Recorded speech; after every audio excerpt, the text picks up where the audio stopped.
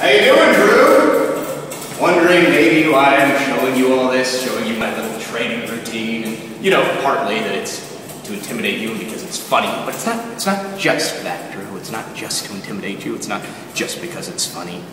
It's because, Drew, you made a slap bet, Drew. And that means you're going to get slapped, and it's important to me that you understand that I am not going to hold back. I'm not going to hold back because we're friends.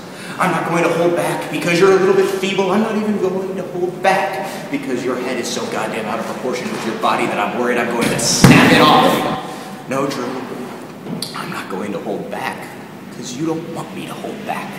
You made this bet knowing what might happen. In fact, I think you suspected it. Sure, you wanted to slap me, but more than that, deep down in your heart of hearts, you knew you were wrong. You knew it wasn't enough. You knew you needed to be punished, Drew. You wanted somebody to come along and wake you up and slap you in the face. And I can be that somebody, Drew. It's not enough. It's not enough just to slap you. All right? If I slap you and the next day nothing changes, if you learn nothing, then all I got to do was slap you. But if I slap you in a way that sticks, Drew, if I slap you in a way you remember, if the next morning you wake up and still feel the sting of my calloused hand upon your cheek, if a week later you can still see the imprints of my fingers, then maybe, Drew, maybe it will follow you. Maybe it will stick.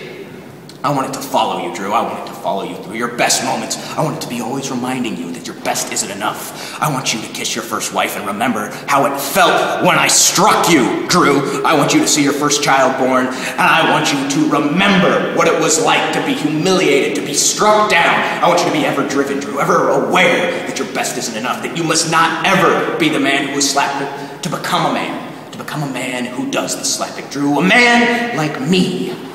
And if I can't do that, Drew, if I just slap you and nothing changes, you wake up and you learn nothing, well, that would be sad for me, Drew. It would be a disappointment.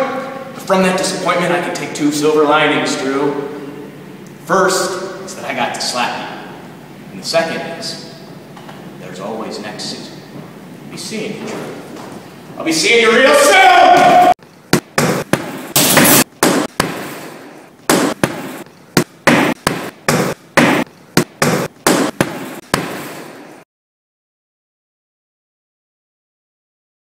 And spread your legs more. Go